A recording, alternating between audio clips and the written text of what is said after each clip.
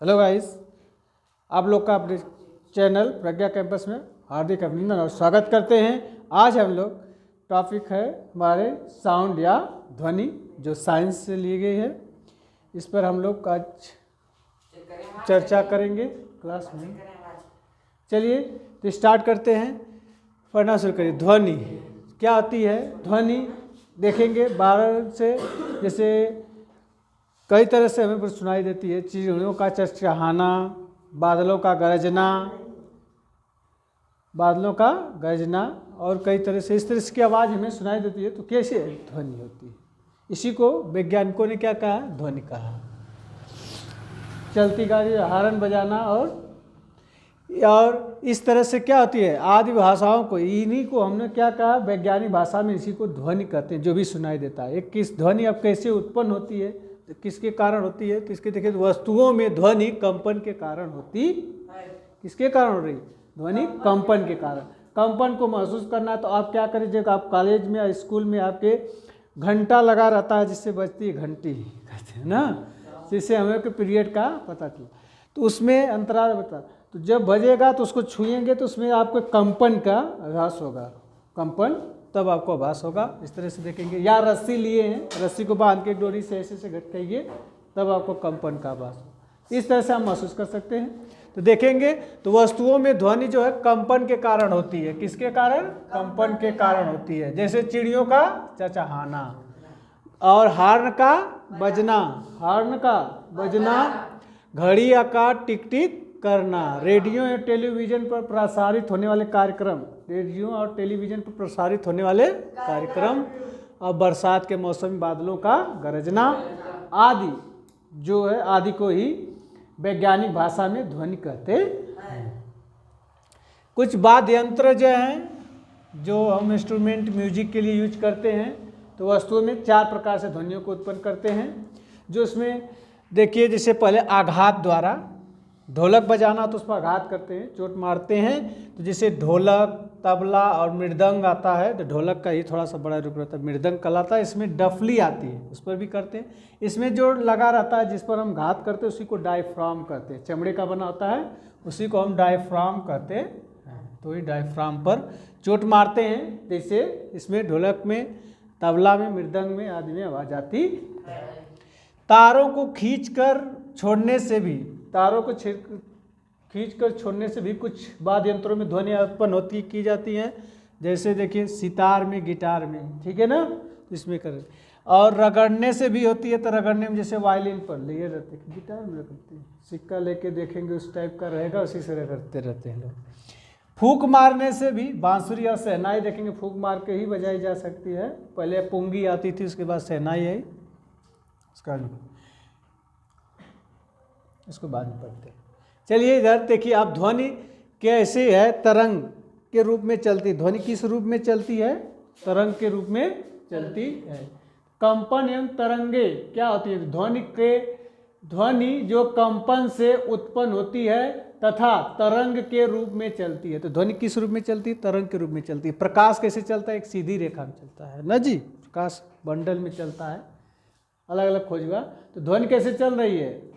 तरंग के रूप में चलती है। तरंग किसे कहते हैं? आप बात आ गई ना, तरंग के रूप में चलती, तो आप तरंग किसे कहते हैं? तो तरंग किसे कहते हैं? किसी माध्यम में उत्पन्न विक्षोभ या हलचल, है ना। जैसे हम तालाब या पानी में स्थिर रहता है, तो उसमें कंकड़ मारिए नदी तालाब में, तो पानी जैसे धीरे धीरे हलचल करते हैं, नहीं जाता किनारों तक, वही जो उत्पन्न हो रहा है उसी को तरंग कहते हैं। लहर भी जैसे समुद्र में आते ना जाती, ऊपर की उठती रहती, तो उसी लहर या तरंग। तो तरंग के रूप में, तो थोड़ा ज़्यादा ऊँची उड़ती है तो लहर करते हैं ना। तो तरंग के रूप में चलती है।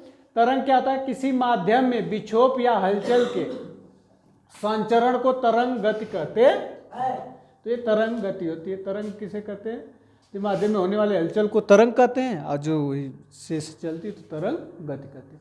तरंगे कितनी होती है? तरंग मुख्यतः 2 प्रकार की होती हैं। कौन कौन? अनुदैर्ध्य तरंग और अनुदिश तरंग, अनुप्रस्थ तरंग। तरंग 2 प्रकार की, अनुदैर्ध्य तरंग और अनुप्रस्थ तरंग। अनुदैर्ध्य तरंग क्या होती हैं? जिसमें कंपन की दिशा कैसी हो? कंपन की दिशा जो है गति की दिशा के अनुदिश हो।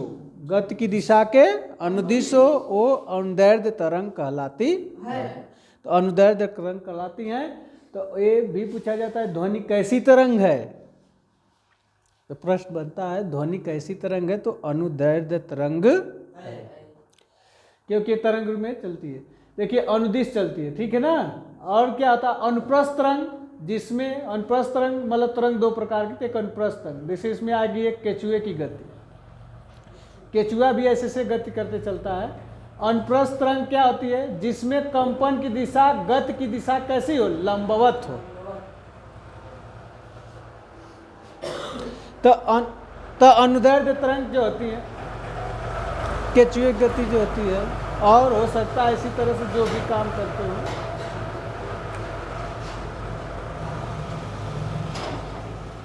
अनुप्रस्थ तरंग क्या होती है, जो कंपन की दिशा गति की दिशा कैसी हो, लंबवत, वो अनुप्रस्थ तरंग। लंबवत होगी तो अनुप्रस्थ तरंग, और अनुदिश होगी तो अनुदैर्ध्य तरंग, है ना। जैसे किसी माध्यम के कण जैसे क्या होगी, गति की दिशा कैसी हो, अनुदिश हो तो अनुदैर्ध्य तरंग गति की दिशा, और के ही अनुदिश गति की दिशा के अनुदिश हो तो अनुदैर्ध्य तरंग, और गति जिसमें कंपन की दिशा गति की दिशा कैसी हो, लंबवत हो, तो क्या हो जाएगी, अनुप्रस्थ तरंग। सांप का जैसे अनुप्रस्थ तरंग कैसे चलता है देखेंगे ऐसे का। और ऊंट पर बैठे व्यक्ति की गति ऊपर नीचे होता है ना, ऐसे से तो लंबवत हो गई कि नहीं। अनुदैर्ध्य गति ऐसे ही चलेगी, अनुप्रस्थ मतलब थोड़ा सा ऐसे ऐसे ऊपर नीचे, ठीक है कि नहीं, लंबवत चलती। इसमें थोड़ा सा नहीं, अगले बताएंगे। तो अब ये समझ में आया कि नहीं बात, तो कंपन एवं तरंगे जो होती है ध्वनि से ध्वनि क्या है, कंपन से उत्पन्न होती है और तरंग के रूप में चलती है, ठीक है ना। और ये लिखे हैं देखो, माध्यम ठोस द्रव गैस, तीनों माध्यम में ध्वनि उत्पन्न की जा सकती है, ठोस द्रव और गैस। लेकिन सबसे अधिक जैसे ठोस माध्यम में होती है ना। जैसे जो भी घंटा बजाने वाला रहता है कितना ठोस रहता है, मंदिर में घंटा रहेगा वो भी ठोस रहेगा ना, ताकि इसे बजाएं तो बहुत तेज आवाज आती है ना, सही कि नहीं। तो कंपन जैसे ध्वनि उत्पन्न करते हैं ना, तो उसमें क्या होना चाहिए, जितने ठोस रहेगा उतना तेज ध्वनि उत्पन्न होगी, है ना। या गैस रहेंगे तो अरे थोड़ा सा उससे द्रव में उससे कम, और गैस में सबसे कम। तो ये तीन माध्यमों में ध्वनि क्या होती है ना, तीन माध्यम में संचरण करती, ठोस द्रव गैस, तीनों में मतलब ध्वनि संचरण कर सकती है। इसमें देखिए फिर हमने देखा तरंग किसे कहते हैं, तरंग मुख्यतः दो प्रकार के होती है, अनुदैर्ध्य तरंग और अनुप्रस्थ तरंग, ठीक है ना। तो इससे कुछ शब्दावलियां हैं, ध्वनि से जुड़ी शब्दावलियां भी होनी चाहिए, इसको जानकारी होनी चाहिए। जैसे आवर्तकाल, आवृत्ति और आयाम। आवर्तकाल, आवृत्ति और आयाम। आवर्तकाल क्या होता है, टाइम से वस्तु द्वारा एक कंपन करने में लगे समय को आवर्तकाल कहते हैं। वस्तु द्वारा एक कंपन करने में लगे समय को आवर्तकाल कहते हैं। इसे कैपिटल टी से प्रदर्शित करते हैं। इसका जो मात्रक होता है सेकेंड होता है, क्या होता है, सेकेंड, जो समय का होता है, आवर्तकाल का भी। आवृत्ति क्या होती है, आवृत्ति जो फ्रीक्वेंसी होती है, प्रति सेकेंड किए गए कंपनों की संख्या को आवृत्ति कहते हैं ना। प्रति सेकेंड किए गए कंपनों की संख्या क्या कहते हैं, आवृत्ति कहते हैं। इसे क्या कहते हैं, आवृत्ति कहते हैं। इसका SI मात्रक हर्ट्ज होता है। हर्ट्ज नाम वैज्ञानिक के नाम पर इसका मात्रक उन्होंने खोज की थी, इसलिए इसका नाम हर्ट्ज पड़ा। और जो इसको स्मॉल n से प्रदर्शित करते हैं, n बराबर क्या हो जाता है, 1/T। एकांक समय में उत्पन्न कंपनों की संख्या को आवृत्ति कहते हैं। अब देखिए आयाम, आयाम क्या होता है, कंपन करती हुई वस्तु का अधिकतम विस्थापन। जैसे कंपन कोई वस्तु कर रही तो ऐसे ऐसे करेगी ना, दोलन गति भी के रूप में होता है या कंपन होता है, दोनों एक ही बात है, ठीक है ना। तो ऐसे भी तो उसमें क्या होता है, तो कंपन करती हुई वस्तु का एक और अधिकतम विस्थापन। जैसे आप ऊपर की ऐसे ऊपर नीचे हो रही है लंबवत, तो ऊपर ज़्यादा से ज़्यादा जाएगी। देखिए ऐसे मान लाइन है, तो इसमें यदि हाँ ऐसे आई ऐसे गई, तो ये जो इसका पूरा हो गया, तो ये वाला पर अधिकतम विस्थापन चाहे इधर ऊपर कर ले, है ना। तो एक तरफ का जो अधिकतम विस्थापन है उसी को आयाम कहते हैं। आयाम को हम कैपिटल ए से प्रदर्शित करते हैं। आयाम को कैसे करते हैं, कैपिटल ए से प्रदर्शित। तो जब न्यूमेरिकल हल करेंगे तो इसमें इनका जो है प्रदर्शित जिससे व्यक्त करते हैं, जिस सिंबल या होता है उसको भी याद रखना। ठीक है, तो यहाँ से हो गया समझ। तो अब इसे देखेंगे ध्वनि को WHO जो विश्व स्वास्थ्य संगठन है, वर्ल्ड हेल्थ ऑर्गेनाइजेशन के द्वारा निर्धारित किया गया है कि कितने डेसिबल का कितना। हाँ, ध्वनि का मात्रक क्या होता है? डेसिबल होता है। ध्वनि का मात्रक डेसिबल होता है। डेसिबल होता है, क्या होता है? डेसिबल होता है। देखिए साधारण बातचीत में कितने डेसिबल का होता है हमारा ध्वनि? तो देखेंगे 30 से 40 डेसिबल का। कितना होना चाहिए? 30 से 40 डेसिबल। साधारण बातचीत कर रहे हैं आप लोग पास में बैठ के, तो कितने का है? 30 से 40 डेसिबल इसका। और तेज बातचीत करेंगे तो कितना हो जाएगा? 50 से 60 डेसिबल का।